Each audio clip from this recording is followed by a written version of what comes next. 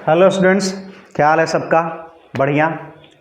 जैसा कि आज का टॉपिक है फल का निर्माण कैसे होता है, सेकेंड चैप्टर जिसका नाम है पुष्पी पादपों में लैंगिक जनन, उसी में पढ़ना है फल कैसे बनते हैं, बीज कैसे बनते हैं। तो आज हम लोग चर्चा करेंगे फल के बारे में कि आखिर फल बनता कैसे है। जैसा कि कुछ वीडियो में मैंने बताया था कि फूल क्या है, उसके भाग क्या है, उनके प्रकारों के बारे में, परागण कैसे होता है। तो नर का युग्मक मादा के वर्तिकाग्र पर आता है, वहाँ से वो अंकुरित होता है और बीजांड से मिलता है, तब जाकर निषेचन की क्रिया होती है और निषेचन के बाद फूल में परिवर्तन होते हैं, तब जाकर फल का निर्माण होता है। उसी को समझना है कि कैसे। देखिए फल बनता कैसे है। तो अगर स्टेटमेंट में देखा जाए सिंपल तौर पर तो आप बता सकते हैं कि जब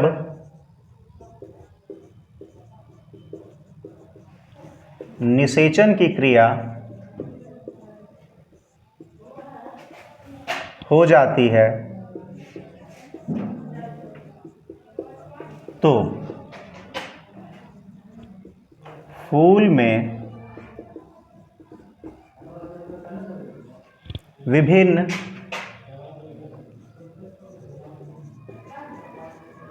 परिवर्तन होते हैं,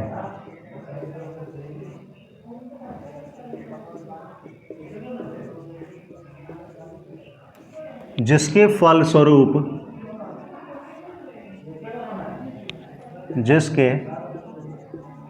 फलस्वरूप अंडाशय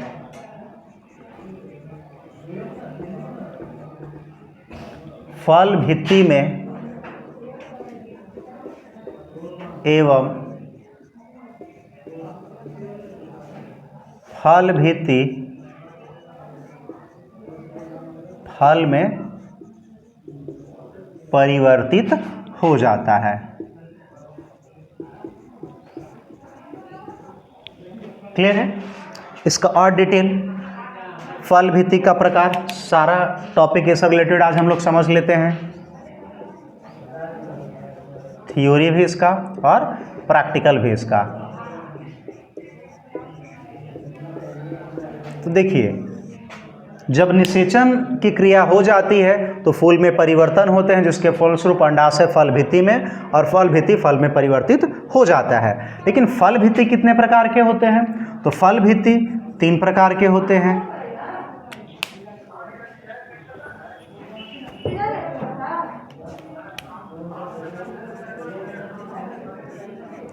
फल भित्ति निम्नलिखित 3 प्रकार के होते हैं। कौन कौन होता है? पहला पढ़ेंगे बाह्य फल भित्ति,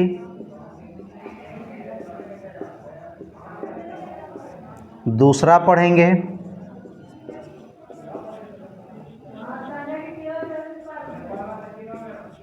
मध्य फल भित्ति और तीसरा पढ़ेंगे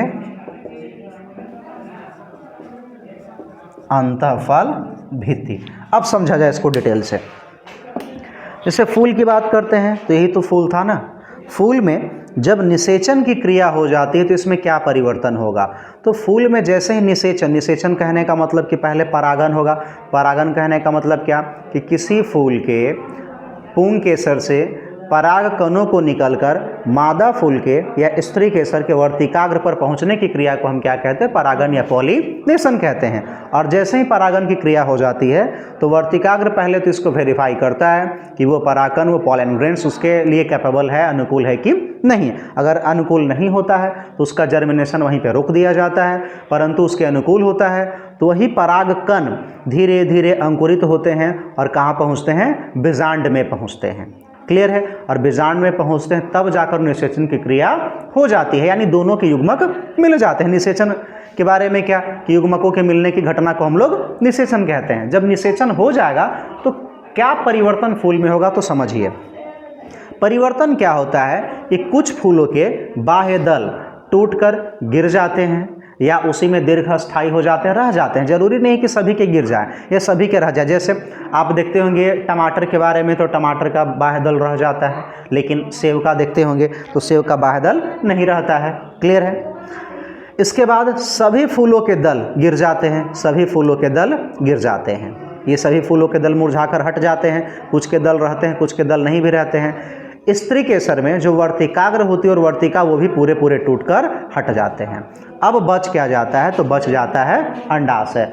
अब अंडाशय में क्या परिवर्तन होता है, तो यही अंडाशय धीरे धीरे वृद्धि करना शुरू करता है, परिवर्तित होना शुरू करता है और परिवर्तित होकर अंडाशय किस में कन्वर्ट हो जाता है, फल भित्ति में। और यही फल भित्तियाँ आपस में मिलकर किसका निर्माण करती है, फल का निर्माण करती है।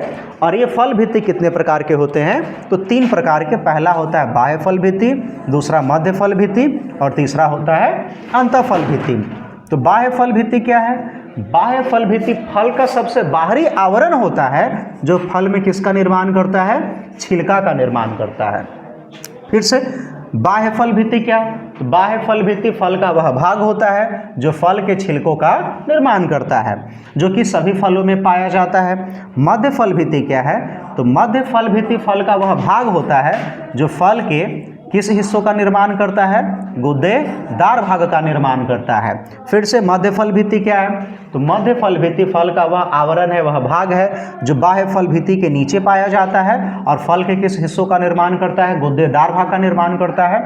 और यह भी सभी फलों में पाया जाता है। लेकिन अंतःफल भित्ति क्या है, तो अंतःफल भित्ति फल का वह भाग होता है जो सबसे भीतर पाया जाता है और वह एक पतला अर्धपारदर्शी झिल्ली नुमा रचना वाला होता है, जो कि कुछ फलों में पाया भी जाता है और कुछ फलों में नहीं भी पाया जाता है।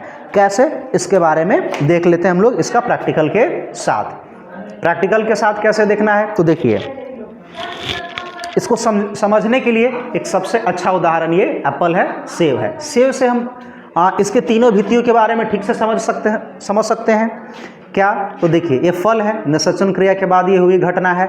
अब इसमें ये फल है, इसका निर्माण भी हुआ है और किन से निर्माण हुआ है, बाह्य फल भित्ति से, मध्य फल भित्ति से और अंतःफल भित्ति से। और इसी को देखना है कि इसके कौन से भाग है। जब हम फल को काटते हैं तो इस प्रकार की रचना नजर आती है। अब इसमें जो फल का सबसे बाहरी आवरण है, सबसे बाहरी आवरण जो इसका छिलका बना रहा है, ये आपको दिख रहा होगा। इसमें ये जो फल का छिलका बन रहा है यही क्या है, बाह्य फल भित्ति। मध्य फल भित्ति क्या है, तो जो गुद्देदार भाग है, ये जो बीच वाला भाग है, जो गुद्देदार भाग, इसी को हम लोग कहते हैं मध्य फल भित्ति। और सेब के अंदर एक झिल्ली नुमा रचना पाई जाती है। जब बीज को हटाया जाए तो गौर से देखने पर इससे एक झिल्ली नुमा रचना बीज के ठीक बाहर नजर आती है। इसी को हम लोग कहते हैं अंतःफल भित्ति।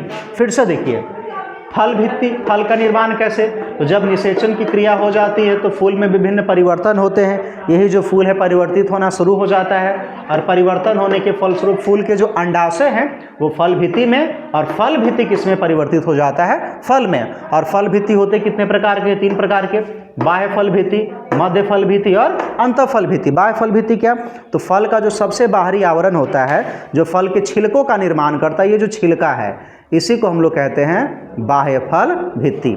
मध्य फल भित्ति क्या, तो फल का वह भाग होता है जो फल के गुद्देदार भाग का निर्माण करता है, इसी को हम लोग कहते हैं मध्य फल भित्ति। और अंतःफल भित्ति क्या, तो बीज के ठीक ऊपर एक झिल्ली नुमा रचना पाया जाता है, उसी को हम लोग कहते हैं अंतःफल भित्ति। और अंतःफल भित्ति सभी फलों में जरूरी नहीं है कि पाया जाए, परंतु बाह्य फल भित्ति, मध्य फल भित्ति सभी फलों में पाई जाती है। क्लियर है, धन्यवाद।